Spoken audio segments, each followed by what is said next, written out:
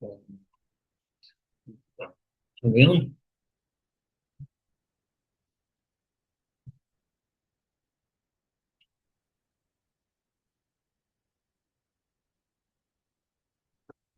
Good evening. Can you wave if you can hear me, please? Hello, Michael. Hello, Caroline. Right. Okay. Oh, Rod.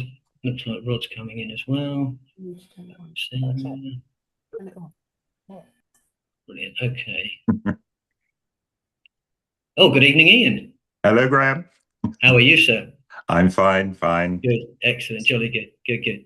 Okay. We'll make a start. It looks as though we've got 15 or 16 people in, which is nice. Firstly, thank you very much for joining us. Welcome. And thank you for engaging with this important process to bring forward important protections to the club and to our members. You've now all seen the final drafts, which have been signed off by our legal team and pending any amendments that come out of our discussion this evening. The first thing is we're recording this meeting so that, or this session, so that anybody not able to be here can catch up with it a bit down the line. But firstly, what is the purpose of consultation? Four things really. One is to be sure that we're transparent in what we're doing, to ensure that all members understand what is happening and why it's happening, to give members the opportunity to question the proposals from the working group, and finally, and perhaps most importantly, to ensure that there are no obstacles to you as members voting in favour of the motion. The next bit I think I might change. Is everybody muted or not? Everybody's muted. Okay, at the moment everybody is on mute. So if you want to ask a question or make a point, you can either type your question into the chat box on your screen or press your hand up, hello button, and Chris and Helen, who are sitting beside me here out of shot, will pick you up and let me know what I need to do next. This is very much a question and answer session. I haven't set out to do a presentation or anything for you. It's perhaps helpful if I start with a couple of questions just to kind of break the ice. Firstly, is everyone clear why we are going through this process? And just a whole series of nods or something would be helpful. And if I look up here, it's because I'm looking at the screen. I'm not gazing into middle distance. I am concentrating, I promise. So is everybody happy with why we're doing this? Excellent, good. Second question is, do people understand the form of company that we're proposing for this transition and why we're proposing company limited by guarantee? Is everybody happy about what that means and why we're doing it? Yeah, this could be very quick and very easy. Lovely. Okay. And I suppose the third question I was going to put is the difference between the Articles of Association and the rules clear to everybody? Does everybody understand why we need to have the two separate documents, or does anybody want any word of explanation on that? Kath, which is Michael. Thumbs up. That's a thumbs up, is it, Michael? Yeah, excellent, jolly good. Okay, well, I mean, I'm not proposing to go through the articles line by line, so I guess what I'm asking is there what are the questions that you have to put to us? What do you want to know, or what clarifications do you want? Are you waving, Jill? Jill is waving. Asked to unmute. Hello, there she is. Hello, Jill. Good evening. My only real question is, why are we not keeping the trustees in some form or another? A question that we've been around in circles ourselves on a lot. And I think probably the shortest answer is that the trustees don't think it's the right thing, the existing trustees in sort of en bloc. that there's the formal trustee role inevitably disappears because of the transfer of the property into the company. Yeah, no, I understand that. Which you completely understand. Yeah. But I think once you take that out of the equation, then the role of the trustee becomes much less clear cut, much less obvious. I think all I can see is that for most larger companies, that they have non-executive directors who fulfill a role of the senior statesmen who are well versed with many different ways of looking at business and help the those who are only on the committee for maybe, when they're new onto committees, they keep a watching brief. There are very few large companies that don't have a non-executive director role, which I think our current trustees would fulfill excellently. I wouldn't dispute that at all, and I think there's a couple of things. One is that the role of trustees, as they're currently described in the rules, doesn't actually match with the perception that we currently have of the trustees, and I think there's a reason for that, which is that we've been blessed with, I would say, exceptional trustees for the last several years, and of course it's not always been that way. And I think it's the period of time that trustees have served is excessive. I don't think any of the trustees would say that 12 years is too short.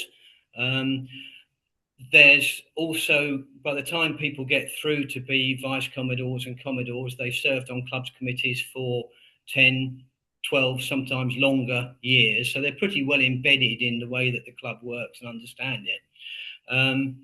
But I think what the mood from the trustees, as we've been talking about it in GC, is that they want GC to have the opportunity to bring in people with the specific knowledge that they need to take the club forward, and not necessarily to be limited to people who put themselves up for election and been elected.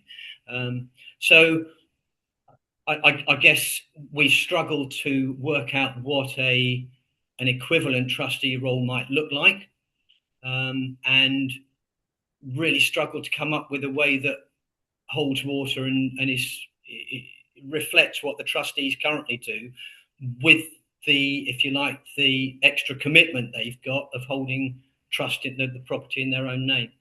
So I'm aware I'm kind of talking at length, really, and I guess if you think there's a way that we should be reflecting the sort of longevity of good trustees, then I'm delighted to hear it. But I would come back to this point that the trustees have been exceptional, and we can't always expect that to be the case. That's fair comment. Helen, go on. I wonder, sorry, I'm sitting at the side here, but whether Rod would add anything to this, because I think Rod's view has been, I think I can speak for him, saying that what's important is that the club has access to people with the right skills and expertise and knowledge to help us with things, and that can vary over time hugely depending on what's going on. And so what we've got within the articles is the ability to co-opt people onto general committee to help with certain things, but they would take on full responsibility as directors, so it would be a serious role. They wouldn't just be joining for a quick project. And we bring people on with the right level of skills and expertise as needed. And I think the view was that would fulfill a lot of what the sort of non-specified aspect of our current trustees do, because actually their role is to hold the property in trust in their names, and they've got a few small other roles. But in reality, we all know that we've got some wonderful people with a huge amount of knowledge. So I think, Rod, I don't know if you want to add anything at all. I can see that you're there, but I can't see your face. Can you hear me now? Yep. Yeah, I think it's a fair point, Jill. And trustees, as in the name, aren't going to continue because that's not allowed by company law. So what's best to do? I think the view of us three trustees at the moment is, with the 9 people that are already going to be on GC, there are inevitably some competency gaps, knowledge gaps. And we don't think that there's any more likelihood that the trustees might fill those gaps than people that could be co-opted on to the committees, from time to time for a year or two or whatever. So we're very much I'm very much competency led on this thing. We need a general committee, a board of directors that can cover the wide span and competencies that a club, turning over close on £2 million a year would need. And there's no guarantee that just having some worthy people would have that knowledge and competency. So given that in the last few years, very, very rarely have I, and Tim might be an exception because he has got good knowledge on the planning side, which is related to the funders of the club. But when you look down the other roles that the trustees have got set out in our rules, the 3 of us have hardly ever been, seriously, never been asked to fulfill those roles. So you start from a blank page, really, and the general consensus among the committee is we're better to co-up the knowledge that is needed rather than have some worthy people, group or whatever, who may or may not have the knowledge that the actual directors need at a particular time.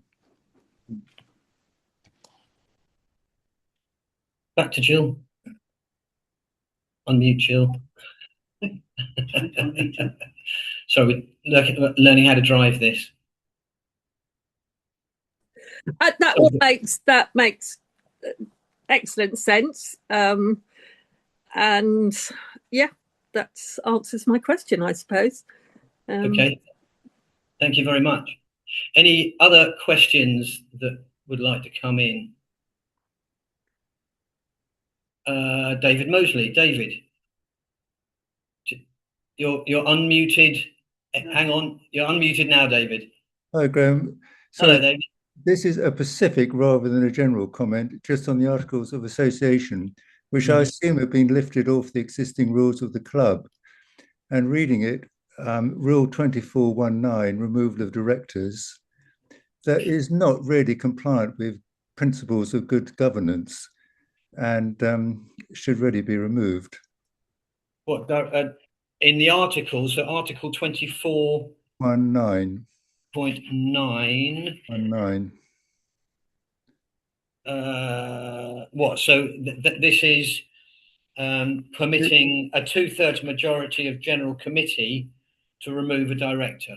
Yes, and you're not comfortable with that as a it doesn't follow the principle of good governance, and the only people to remove an elected person should be the people who elected them. And I have come across this problem before, and I'm sure the rule is never going to be used, but if it is, it could be used for the wrong reason.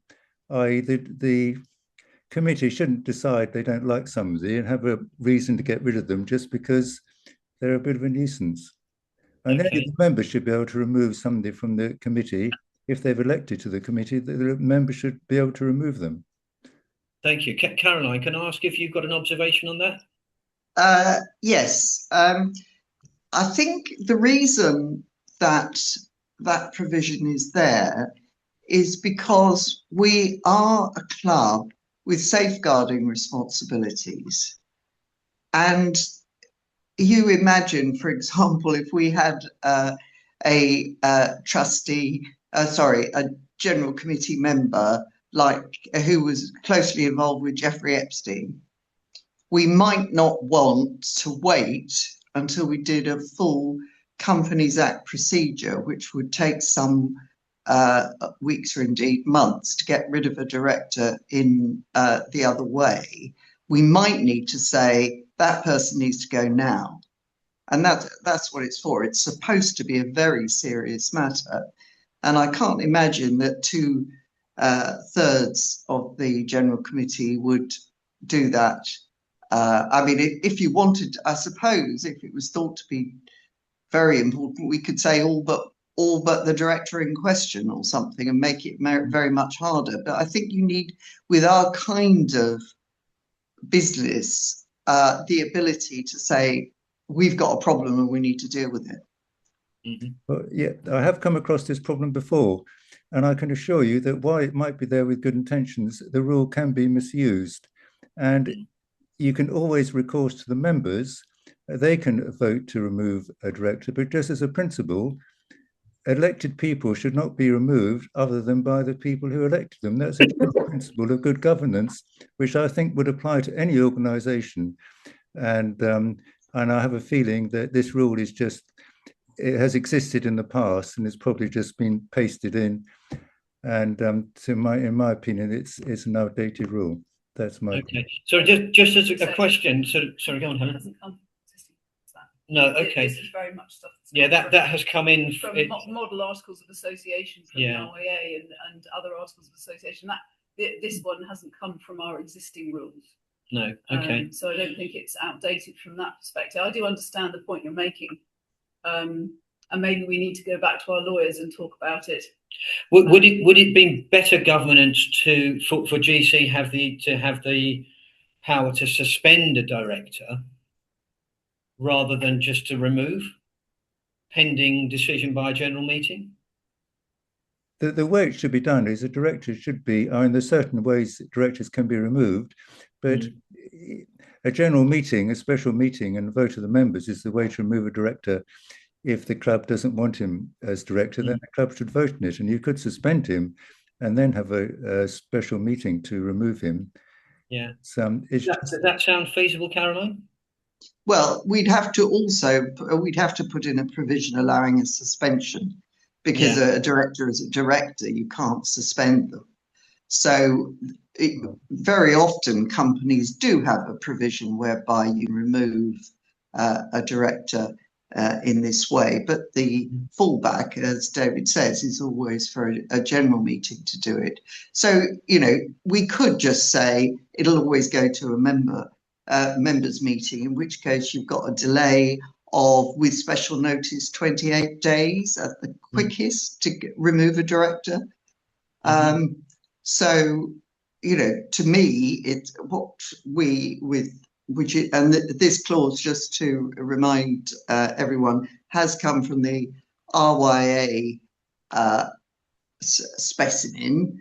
It's also, I think, good practice in an organisation like this, but it's not essential. So we could decide whatever we want, but we just have to live with the consequences, bearing in mind we have a huge number of members, and therefore organising votes to do things is not always quick and easy. Okay, Dave, I would say, David, thank you very much for raising it. We'll take it away and discuss with our people. Okay. Thanks, Graham. Thanks. Thank you very much indeed. Any other questions from anywhere? Ian.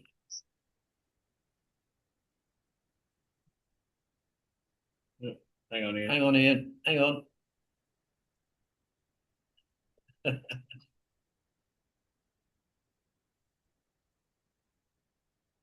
Oh. Is he muted? He is muted. Are you muted at your end, Ian? Yeah, he is. Okay, because you're not unmuted here now.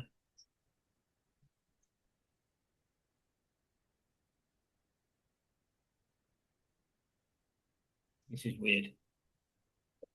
You might be able to swipe back a page, and I think there's a button where you could press to speak.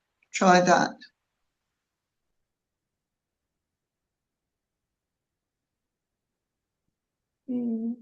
Oh, there we go. Is that better? No. Right. There you go. Lovely. There you go. Is that it? The only point I was going to make was our experience at Mengjum, due to having very diligent members who were familiar with the Companies Act, was that we had to always be compliant with the Companies Act in whatever we decided. So all I would say, Graham, perhaps, is what is proposed to manage that sort of extreme situation. We would need advice as to whether we were compliant with the Companies Act, rather than just make a decision, internally. And on a broader scale, this point about the trustees, initially when we were going to set up the directors, the trustees were asked if they would like to be directors.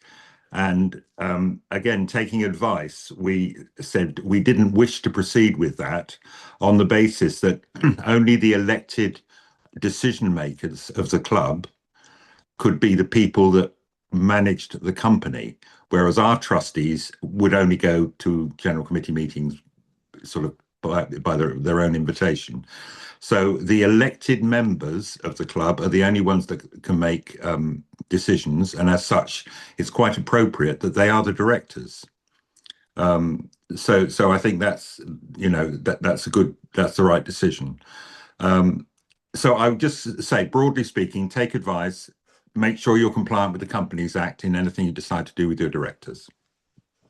Thank you, Ian. Okay. Thank you very much indeed. Ian? Sorry, Adrian? Yeah, hello? Hello, Adrian. Yeah, hi. I can't see you, but I can hear you. Section 38. So articles or rules? Articles, communications. Yeah. You make reference to serving notices by post with 2 to 3 days being acceptable. Around here, you can be looking at 2 to 3 weeks. Might I suggest that you have a rethink on that? Postal service isn't going to get any better anytime soon. Okay. Yeah, we'll take advice on that. That's a good point. So that's 38, 3, 2 and 3, isn't it? Yeah, I suspect most people are using email these days, but if you are having to send stuff in the post. Yeah. No, that's helpful comment. Thank you very much indeed, Adrian. Anything from anyone else?